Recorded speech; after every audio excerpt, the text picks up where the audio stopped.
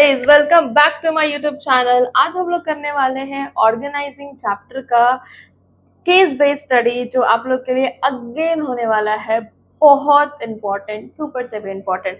सो बिना time waste किए हुए हमेशा की तरह हम लोग स्टार्ट करते हैं। So let's start. Okay, a company named Mahi Cycle and has decided to start a new branch in the Middle East. A company has recognized the amount of work to be done in the number of hours. एक company है माही cycle जिसने एक अपना नया branch start किया है middle east में। Company को ऐसा एहसास हुआ, रिकॉग्नाइज हुआ कि जितना जो काम है उसको करने के लिए बहुत ज़्यादा टाइम लगने वाला है। तो कंपनी ने ये निकाला है, रिजल्ट ये निकाला है कि टोटल 25 घंटे के जो आदमी की मेहनत है वो लगेंगे। इसीलिए टोटल नंबर ऑफ आवर्स उसको डिवाइड करके अब हमें निकालना पड़ेगा। ठीक है, द रियल चैलेंजेस। अब असली में प्रॉब्लम क्या है? असली प्रॉब्लम यहाँ कंपनी का अभी स्टार्ट हो रहा है कि very methodically responsibility of the recognized amount of work has been given to different individual according to their capabilities. सबसे बड़ा कंपनी के लिए चैलेंजिंग ये है कि जो जिस काम के लायक है, जो जिसमें स्पेशलाइज्ड है, उसको वही काम सौंपना है। ठीक है, तो अब बोल रहा है कि which function of management is highlight above. कौन सा फंक्शन ऑफ मैनेजमेंट का यहाँ पे हाईलाइट किया गया है और उसी फंक्शन का आप स्टेप्स लिख के दो। तो ये तो सबसे जाहिर सा बात है कि हम लोग अभी जिस चैप्टर का बना रहे हैं ये उसी फंक्शन का बात कर रहा है। तो आंसर आ जाता है यहाँ पे ऑर्गेनाइजिंग। आंसर क्या हो जाएगा? ऑर्गेनाइजिंग। और रहा बात स्टेप्स का, तो स्टेप्स में सबसे पहले हम लोग काम को आइडेंटिफाई करेंगे कि आखिर काम है कितना, है ना। तो पहला स्टेप है हमारा identify and division of work. Work को डिवाइड करो, आखिर किस किस तरीके का काम है हमारे पास। ठीक है, identify and division of work. जैसे ही हम लोग आइडेंटिफाई कर लेंगे, जैसे ही हम लोग ये समझ लेंगे कि इस टाइप का काम है हमारे पास, उसके बाद हम लोग करेंगे assign the duties.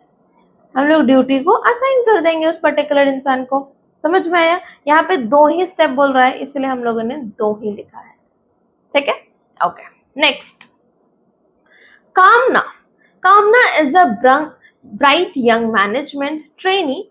After 6 months of a testing by her organization, she is given charge to her office. ठीक है, 6 महीने के ट्रेनिंग के बाद उसे ऑर्गेनाइजेशन में उसे चार्ज दे दिया गया और उसे एक असिस्टेंट मैनेजर बना दिया गया।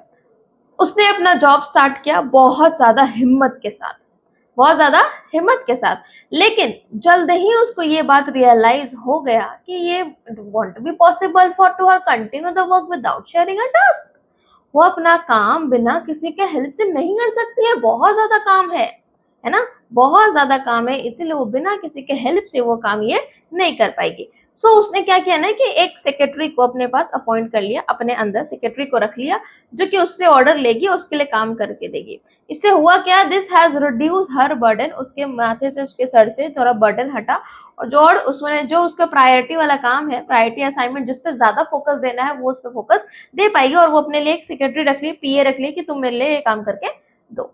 तो यहाँ पे किसका बात कर रहा है? जाहिर सा बात है, अगर हम अपना काम थोड़ा सा निकाल के अपने सेक्रेटरी को दे दें कि भाई मेरे लिए तो इतना तुम कर दो, यानी कि आप अपने काम का थोड़ा सा रिस्पॉन्सिबिलिटी, थोड़ा सा पावर उसको दे दे रहे हैं। यानी कि ये आंसर आ जा रहा है डेलीगेशन। ओके, समझ आ रहा है? हमेशा केस स्टडी बनाने का रामबाण उपाय है, लाइन बाय लाइन पढ़िए, हाथ में पेंसिल लेके, आपको ऑटोमेटिक पता चलता जाएगा कि ये कॉन्सेप्ट कहाँ से पूछा गया है। Next, identify the category of organisational A in the following cases. हमारे पास डिफरेंट केसेस है, वहां पे हम लोग को आइडेंटिफाई करना है कि ये किस किस केसेस का है। जैसे कि मैं बताऊं, ऑर्गेनाइजेशन ए ऑरिजिनेट हो रहा है ऑर्गेनाइजेशन बी में, जो रन करता है रूल से एंड प्रोसीजर से। It has originated due to personal interaction among the employee. Personal बातचीत हो रही है एक ऑर्गेनाइजेशन से दूसरे ऑर्गेनाइजेशन में, ये कैसा बातचीत है? इनफॉर्मल। कैसा है? इनफॉर्मल। तो इसका आंसर मैं यहीं पे लिखूं, एक सेकंड मुझे रेड कलर लेने दो। ये कैसा हो गया? इनफॉर्मल। Okay, next. नेक्स्ट क्या है? ऑर्गेनाइजेशन ए जो है एक इंडिपेंडेंट चैनल बात करने का तरीका यूज कर रहा है। एक इंडिपेंडेंट चैनल जहाँ पे कोई और नहीं है, इट मीन्स काफी सीक्रेटली हो रहा है, काफी फॉर्मल तरीके से हो रहा है, जैसे कि एक ऑर्गेनाइजेशन में होता है। यानी कि ये क्या है? फॉर्मल। क्या है ये? फॉर्मल।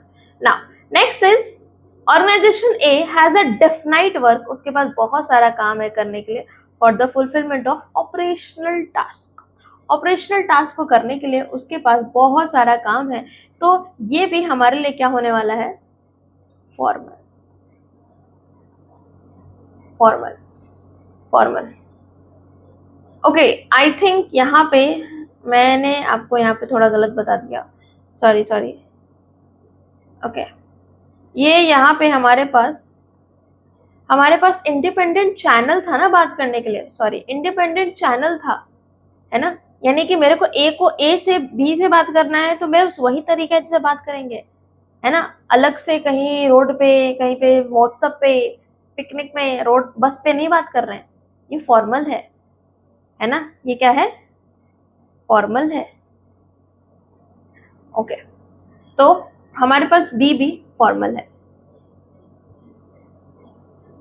हाँ, ओके, नेक्स्ट है ऑर्गेनाइजेशन ए। ऑर्गेनाइजेशन ए जो है emerge spontaneously and it is willingly created by the management।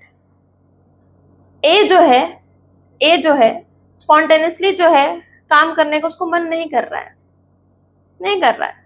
तो ये क्या है? कहीं ये फॉर्मल हो सकता है? ये इनफॉर्मल है। क्या है? Informal. Okay, next question number 4। A company has grown rapidly and the number of employee has increased significantly। Company जो है धीरे धीरे ऊपर जा रही है और नंबर ऑफ एम्प्लॉय भी है वो बढ़ते जा रहा है। टू इंश्योर स्मूथ फंक्शन, अच्छे से फंक्शन करने के लिए मैनेजमेंट ने क्या किया? अपने काम को डिवाइड कर दिया अलग अलग डिफरेंट डिपार्टमेंट में। जैसे कि प्रोडक्शन का काम अलग होगा, फाइनेंस का अलग होगा, मार्केटिंग का अलग होगा, ह्यूमन रिसोर्स का अलग होगा। ये ऐसा इसलिए हो रहा है क्योंकि काम बहुत ज्यादा हो रहा है, कंपनी हमारा क्या है? ग्रोइंग स्टेज में बहुत ज्यादा ग्रो हो चुका है। ठीक है, तो each department is headed by the manager. Her department का एक मैनेजर है, वो देखेगा हर उसका काम का, वो रिस्पॉन्सिबल होगा उसके परफॉर्मेंस के लिए। तो अब क्वेश्चन ये है कि identify the concept of management. कौन सा मैनेजमेंट का कॉन्सेप्ट लगेगा? तो ये अगेन सिंपल आंसर है हमारे पास इसका। फर्स्ट इज ऑर्गेनाइजिंग का बात हो रहा है यहाँ पे, ऑर्गेनाइजिंग। और B state any 2 steps, 2 steps बताओ। तो फिर से वही, सबसे पहले आइडेंटिफाई कर दीजिए, identify and division of work, division of work. Next is अलग अलग, यहाँ पे हम लोगों ने पढ़ा था कि production, finance, marketing, human resource अलग अलग डिपार्टमेंट में इन लोगों ने डिवाइड कर दिया था। तो next is departmentalisation, departmentalisation. Done. Okay, now next question number 5 कह रहा है कि ABC limited has a divided is activity into production, purchase, sales, finance and personal department. The production manager has authority to make decision related to production and it is accountable for achieving production target। ठीक है, कह रहा है कि इसको अपना काम करना है ना। एबीसी लिमिटेड है जो अपने एक्टिविटी को प्रोडक्शन, परचेज, सेल्स इन सारी चीजों में डिवाइड कर दिया है। प्रोडक्शन मैनेजर ने क्या किया कि डिसीजन लेने के लिए प्रोडक्शन कितना होना चाहिए, क्या होना चाहिए, उसको टारगेट है। तो सेल्स मैनेजर ना अपना authority and responsibility for sales activity को लिया है। इट मीन्स सिंपल सा बात है कि कौन सा एलिमेंट यूज कर रहा है। सेल्स मैनेजर जो है यहाँ पे रिस्पॉन्सिबिलिटी ले रखा है सेल्स एक्टिविटी के लिए, यानी कि यहाँ पे जो भी ओनर है ऊपर, उसने डेलीगेट करके रखा है अपने काम को, कि सेल्स वाला डेलीगेशन होगा आंसर यहाँ पे। ठीक है, यानी कि कहना ये चाह रहे हैं कि परचेज वाला काम परचेज मैनेजर देख रहा है, सेल्स वाला सेल्स मैनेजर देख रहा है, प्रोडक्शन वाला प्रोडक्शन मैनेजर, मैन्युफैक्चर का मैन्युफैक्चर मैनेजर, यानी कि ऊपर जो भी बैठा हुआ है टॉप लेवल पे, उसने अपने आधे काम को फंक्शन के हिसाब से वहां पे उसने क्या किया है, काम को डेलीगेट करके रखा है। तो यहाँ पे एलिमेंट पूछ रहा है, कौन सा एलिमेंट है, तो यहाँ पे डेलीगेशन होगा। ठीक है ना। Question number 6, an organization function by grouping comparable job under the various department. There are issues since the market and HR department are not in direct communication. ठीक है, यहाँ पे बहुत सारा काम, बहुत सारा इश्यूज चल रहा है, मार्केटिंग और एचआर डिपार्टमेंट जो है डायरेक्ट कम्युनिकेशन में है ही नहीं। ठीक है, एचआर को ऐसा लगता है कि उसके पास सिर्फ और सिर्फ नॉलेज है एचआर डिवीजन का, है ना, सिर्फ और सिर्फ उसको एचआर डिवीजन का उसके पास नॉलेज है, उसके अलावा उसके पास कोई भी नॉलेज नहीं है। एक्चुअलिटी में दोनों एक दूसरे की तरफ से यही सोचते हैं, फंक्शन वाले ये भी यही सोचते हैं कि उनके पास सिर्फ उस पर्टिकुलर चीज का इन्फॉर्मेशन, अगर वो परचेज की तरफ से है तो उनके पास परचेज का ही सिर्फ इन्फॉर्मेशन है, सेल्स का नहीं हो सकता उनके पास। ठीक है, तो दोनों का अपना अपना कुछ ना कुछ लिमिटेशन है। तो ये पूछ रहा है कि which kind of structure exist, हमारे इस ऑर्गेनाइजेशन में कौन सा स्ट्रक्चर फॉलो हो रहा है। देख के आपको क्या लग रहा है, it's as that simple, functional structure, है ना। सब अपना अपना फंक्शन के हिसाब से कर रहे हैं और सबको सिर्फ अपने अपने रिकॉर्ड के बारे में ही पता है ना। यानी कि आपके यहाँ क्या चल रहा है, functional structure. Answer is functional structure. ठीक है ना। Question number 7, idli and dosa batter. Idli and dosa batter is manufactured by Rajveer foods. ठीक है, इंडियन एफर्ट, मार्केट में एफर्ट, अपना मार्केट शेयर बढ़ाने के लिए, अपना ग्रोथ को बढ़ाने के लिए इसने क्या किया, अपने बिजनेस को डाइवर्सिफाई करने का सोचा। इसने सोचा कि अपने बिजनेस को और फैलाते हैं। ठीक है, तो फैलाने के लिए इसने क्या किया कि न्यूमरस ऑप्शन को लाया और delivered upon the organisational member. Sukhvinder the managing director है जो इस कंपनी का, उसने ना सोचा कि ठीक है बेकरी आइटम को लेके आते हैं। क्या लेके आते हैं, बेकरी आइटम। अब तक इडली और डोसा बेच रहे थे, लेकिन अब बेकरी आइटम को भी लेके आते हैं as added as a new business activity. ठीक है, सारे प्रोज एंड कॉन्स हम लोग इसको सबको देख लेते हैं और उसके बाद हम लोग इसको लेके आते हैं, एक नया बेकरी आइटम। तो अब बताइए कि अगर आपकी कंपनी में पहले से इडली डोसा चल रहा है और आप अब बेकरी आइटम लेके आ रहे हैं, इट मीन्स आप कौन सा फ्रेमवर्क जो फॉलो करना चाह रहे हैं आप, है ना। ये डाइवर्स ऑर्गेनाइजेशन है तो कौन सा फॉलो कर रहे हैं, इट मीन्स आपके यहाँ क्या है, डिविजनल स्ट्रक्चर। क्या है, डिविजनल स्ट्रक्चर। क्या है, डिविजनल स्ट्रक्चर। अलग अलग डिवीजन है ना। वो बेबी प्रोडक्ट है, बेबी वाला डिवीजन है, उसके अंदर बेबी प्रोडक्ट मिलेगा। ये फूड वाला है, इसके अंदर फूड मिलेगा।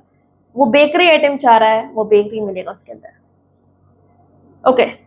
Okay, this last question we have. In Mumbai doctor Anaya run a veterinary clinic. Doctor Anaya है जो वेटरनरी यानी कि जो जानवर लोग का जो डॉक्टर होता है वो है doctor Anaya. From past 10 year, पिछले 10 साल से एक group off season veterinary specialist है जो मैनेज करता है उस क्लिनिक को। अनाया जो है एक्स्ट्रा अटेम्प्ट लगाती है। अनाया क्या कर रही है, एक्स्ट्रा अटेम्प्ट लगा रही है टू एनहांस इंटरपर्सनल कनेक्शन। उसने ना अलग से बातचीत करने के लिए एक एक्स्ट्रा निकाला ताकि वो स्टाफ से बात कर सके, है ना, चीज़ों को समझ सके। उसको ऐसा लगा कि इससे करना सही रहेगा, अलग से हम लोग और बात करेंगे और घुल मिल पाएंगे, प्रॉब्लम को नज़दीकी से समझ पाएंगे। तो उसने क्या किया ना कि क्वार्टरली, हर एक क्वार्टर पे एक पिकनिक प्लान कर दिया एम्प्लॉय लोग के साथ। और वहाँ पे जो वो लोग डेली ग्राइंड होते हैं ना, डेली ग्राइंड में तो जो रोज पीसते हैं ना, वहाँ पे उस चीज़ों पे वो लोग बात करेंगे। अब आप जहाँ काम कर रहे हैं उसके ऑर्गेनाइजेशन से आप फॉर्मल नहीं, इनफॉर्मल तरीके से मिल रहे हैं, आप पिकनिक में मिल रहे हैं, उससे वहाँ बात कर रहे हैं। तो ये जो है ना, ये काइंड ऑफ ऑर्गेनाइजेशन, या यहाँ पे कौन सा डॉक्टर अनाया किसको सपोर्ट कर रही है, इनफॉर्मल ऑर्गेनाइजेशन को। किसको, इनफॉर्मल ऑर्गेनाइजेशन को, जहाँ पे आपने कोई भी स्केलर चेन और कोई भी फॉर्मल तरीका यूज नहीं किया है ना। आप अलग से व्हाट्सएप से चैट कर रहे हो, आप अलग पिकनिक बना रहे हो, साथ में घूमने जा रहे हो और वहां जाके आप काम का बात कर रहे हो डिस्कस, और वही काम का बात को डिस्कस को वो कंसिडर कर रही है। देखिए लिखा हुआ है, you always consider proposal from the staff और न्यू इनिशिएटिव एंड रूल्स। आप लीजिए, बट एक मीटिंग बुलाइए, ऑफिस में लीजिए, आप वो इनफॉर्मल तरीके से कर रही हैं, तो दैट इज कॉल्ड, हमारा यहाँ पे आंसर आ जाएगा informal organisation. So that's it guys. I hope आप लोग को समझ आया होगा, है ना, आप लोग को समझ आया होगा। बहुत इजी होता है हमारा केस स्टडी, हमेशा एक ही टिप है, pro tip, line by line पढ़िए, आपको समझ में आएगा कॉन्सेप्ट कहाँ का है। अगर आपको समझ में आया है, ठीक है, तो please like and subscribe. Thank you so much.